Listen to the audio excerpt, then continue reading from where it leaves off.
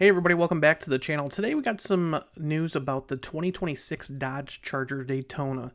A lot of people might be thinking, why the heck are you talking about the 2026 car instead of the 2025 car that's out on lots right now, as well as the 2024 cars that are still on lots. But the honest to God's truth is, over the weekend we got some information from one of our supplier sources, and us meaning Mopar Insiders. And as this video is going up about the same time the Mopar Insiders article is going to go up today.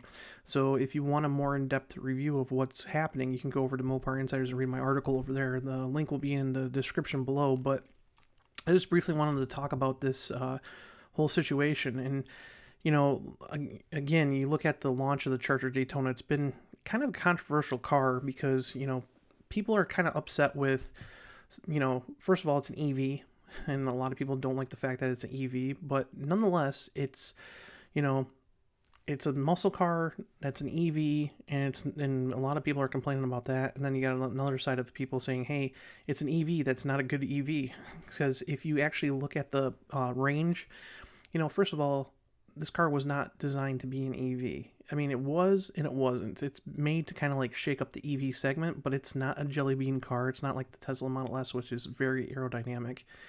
But when you look at the range, the actual numbers for the range, it's very disappointing for this car. So if you look at, for example, the Dodge Charger Daytona RT, that car has a range of 268 miles or approximately 431 kilometers. And then if you step up to the Scat Pack, with a Stage 2 package, it gets a rating, mind you, this is right when I pulled off the window sticker, of 241 miles or 388 kilometers. Now, the very interesting thing about that rating is when I drove the Stage 2 Scat Pack, I believe that you could probably, depending on how you drive, I think you could do better than that. With the current battery pack. It's got a 100.5 kilowatt hour battery pack, a lithium ion one, and I felt like I could easily beat that personally. So, I never really took jotted down the actual range numbers when I drove the car, but I feel like I could probably best that. In the 3 hours I drove the car, I didn't see huge energy loss compared to what I thought it would be, especially when you have the highest regenerative braking part, selected, and you are using one pedal driving. So anyways, I have doubts about that number, but anyways, if you look at the Wagoneer S, okay, the Wagoneer S has a 303 mile range. And the interesting part about that is it's on the same platform, uses the same exact EDMs, so electric drive modules, uses, all-wheel drive just like the car, but the thing is it's more aerodynamic and it's a little bit smaller. So it's a D segment vehicle where the Charger is an E segment vehicle. But yeah, so people have been kind of up in the air about its range, overall and stuff like that. And it hasn't been selling well, but Dodge has to do something. First of all, it's not just the range, it's the pricing. The pricing's super expensive. For a top of the line Scat Pack, you're looking at $85,000. So for not much more, you can, since the Charger Daytona came out, Elon Musk has actually lowered the price of the Tesla Model S Plaid. So you can actually pick up a Model S Plaid, which, is faster, has over 1,000 horsepower, has a tri-motor setup, and gets, over 300 miles of range for not that much more. So you kind of have the situation where Dodge really has to do something, and they've publicly said this. So back in October of 2024, they released this press release, and I had to dig for it because for some reason or another, they deleted it off of the European website, and they deleted it off of the North American media site. So I had to dig for it a little bit, and basically this is still on the Stellantis.com press releases. So basically, they made an investment to an energy battery company called Factorial. And Factorial is actually, their headquarters is based in Germany, in Munich to be exact. But they have since, back in 2023, they actually opened a small battery plant here in Massachusetts in the United States. So, but Stellantis invested about $75 million into the company back in 2001. And since then, they've really been trying to develop a solid-state battery technology. Now, they're not quite there, but they are developing a kind of semi solid state battery package, which looks to be very beneficial and could be very, very quickly adapted. So basically, in October, they announced, hey, the Dodge Charger Daytona is going to have these batteries put in it by 2026. And what they're going to do is they're going to test make a demonstration fleet, and then the battery technology will come to the Charger Daytona, and it will be the first Stellantis vehicle to get this technology. Now, since then, Mercedes has also came out, because they're a partner in this company as well. They have basically said, hey, we already started development, and we are basically, testing our fleet of cars out too. So it's not just Stellantis that's testing these cars out with the battery technology. Mercedes is doing it with their EVs as well. And what's very interesting is these batteries have the potential of getting up to 600 miles of range. So, I mean, that's a huge drastic change. Now, obviously, the Dodge Charger Daytona, it's not going to be, like, again, a jelly bean shaped car. So we probably won't see 600 miles range. But realistically, if we could up it to like 400, and make it so it's faster charging, it could be a game changer for this car and make a lot more people more interested in this car in markets that the EV will be, really focused on, like California and Washington State, Oregon, and those CARB states that we've been talking about. So keep that in mind. But yes, they said they're going to have a demonstration fleet on the road by 2026. So what our sources have been telling us is that the 2025 car will end production starting in March. Okay, so it's a very short model year. Now, keep in mind, there's still a lot of inventory on lots of obviously 2024s and 2025, so Dodge has nothing to worry about that. But what comes down to it is the production line is going to stop building Charger Daytonas. Now, that runs on the same line as the Pacifica, but the Pacifica is going to continue production. So there's not going to be a halt in Pacifica production before anybody asks. Windsor's just shutting down the Charger Daytona. And what they're going to do is they're going to, basically what we hear from our sources is they're going to put a new battery tray into the assembly line process so it can actually hold these batteries. And we don't know if they're like going to start 2026 production with this new battery package, but they're at least going to do the demonstration fleet for sure. So this battery technology is obviously, like I said, going to be a lot faster for charging. It's going to have, probably expand the range of this car quite a bit. So, and the other good thing is supposedly the cost of building these or manufacturing these batteries, these, semi-solid state batteries are going to be a lot cheaper than the lithium ion batteries that are in the car now. And they're going to be actually, what did they say? Like 1/3, I think it's like, hold on here, I'll tell you. I wrote it down in the article. They said it's going to be a lot smaller than the current battery pack. I think it's like 1/3 the size. Not meaning the actual size of the battery pack, but meaning like the actual size of the cells. So it's going to actually help the car weigh less. So there's we've all been complaining that the Charger Daytona weighs too much. So hopefully that will help. So it should gain a lot of performance, like not just like horsepower, but energy, just, how much energy the motors can dissipate and having more energy on board.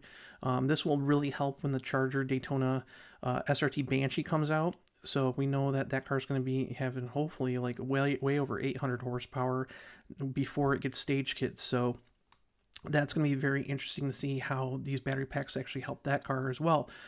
But nonetheless, it should be a game changer for the Charger Daytona. Now, again, we don't know if this battery pack is going to be, released to the public for 2026. We don't know that yet.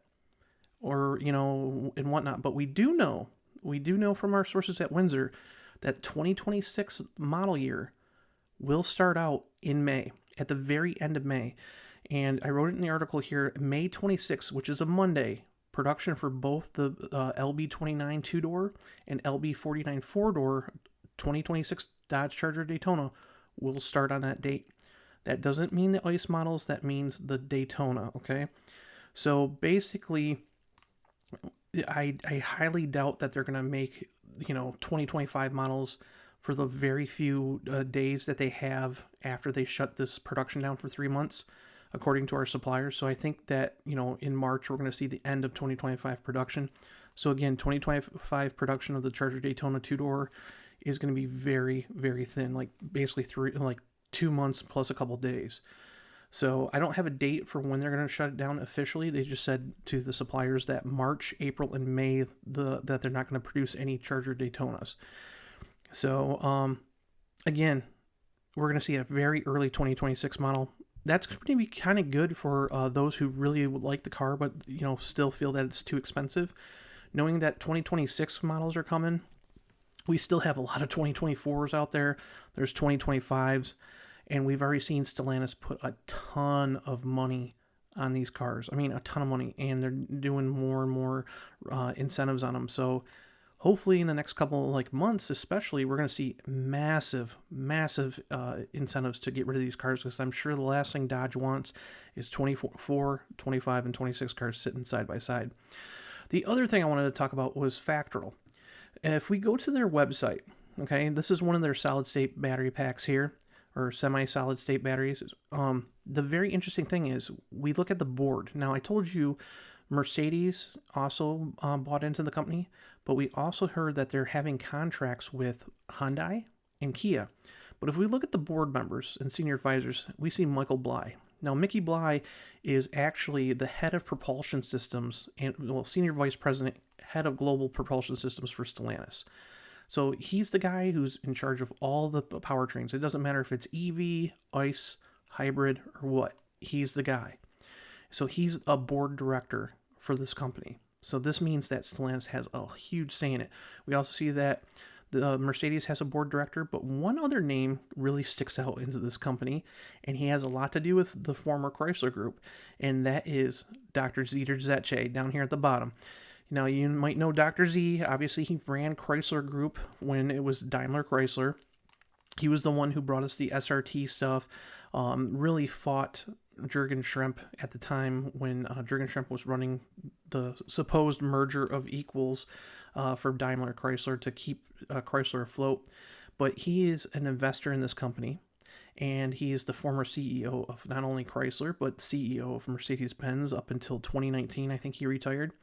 And now he's an investor and a senior advisor. So if you know anything about Dr. Z, he does a really good job at running companies. So I guarantee that Factorial has a good, future ahead of them with these board members and stuff on board. We see people from Panasonic. We see some actual, equity companies and stuff in here too, and Johnson & Johnson. But nonetheless, we see, there's a lot of these people that look like they have a lot of interest, especially Stellantis, into this whole battery thing. So this is going to be big. Now, Factorial has basically come out and said, hey, they're not going to have full solid-state batteries in production until about 2030. Okay, so yeah, we won't see the actual huge, high-tech solid-state batteries until 2030. But again, if you go to Factorial's website, let's go back. If we look at their technology page and we go down, this is the battery pack that we're going to be seeing in the Charger Daytona, this FEST battery. And it's a quasi-solid electrolyte technology. So basically semi-solid state battery. But if you look right here, the current gen EVs get about 300 miles of range. They weigh about 800 pounds. And that's based on a 90 kilowatt hour battery pack. Now, again, the Charger Daytona has, you look at it, it has what? 100.5 kilowatt hour battery pack, and it can't even hit that 300 in range. You look here, these new battery packs are going to weigh a lot less. So you're going to save a couple 100 pounds, and then look at the range. So the Charger Daytona sits right between here. So it wouldn't be real, not too far off, not so far out of the question that it could get a 500 mile range, possibly a 600 mile range within the next couple of actual years, if not in late 2026. So it's very big news. We don't know if it's going to be for production for the consumer, but we know that they're gearing up for this fleet of demonstrators. So if they can get these things on the road, I know Mercedes is actually testing these cars right now with these battery packs. So again, there's going to be a whole bunch of cars out there testing this battery pack. And the real big question is, and I wrote this in the article too, you can go over and check it out.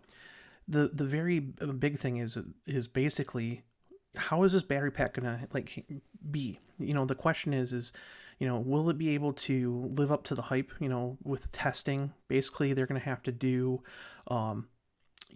make sure that it lasts, and doesn't dissipate energy as fast as a conventional battery. Because obviously you want to have the lifespan of this battery pack be long, if not longer than a lithium ion. And most people drive their cars for at least, a car's life goes over 100,000 miles. So you want to make sure that this battery doesn't just dissipate all of its energy and, 100,000 miles later, you got a dead battery, because that's going to be a huge cost of, actually changing that battery pack out to put a new battery in this car. So it's going to be very interesting to see how the testing goes, but it looks like we will probably see a semi-solid, I say solid state because that's what all the things say, but it's technically a semi-solid state battery in the Charger Daytona probably by 2027. So again, a lot of new, technology going into the Charger Daytona. The 2026 is going to be a huge year for this car. We're going to see, first of all, this new battery pack is going to go into the car. It's going to test.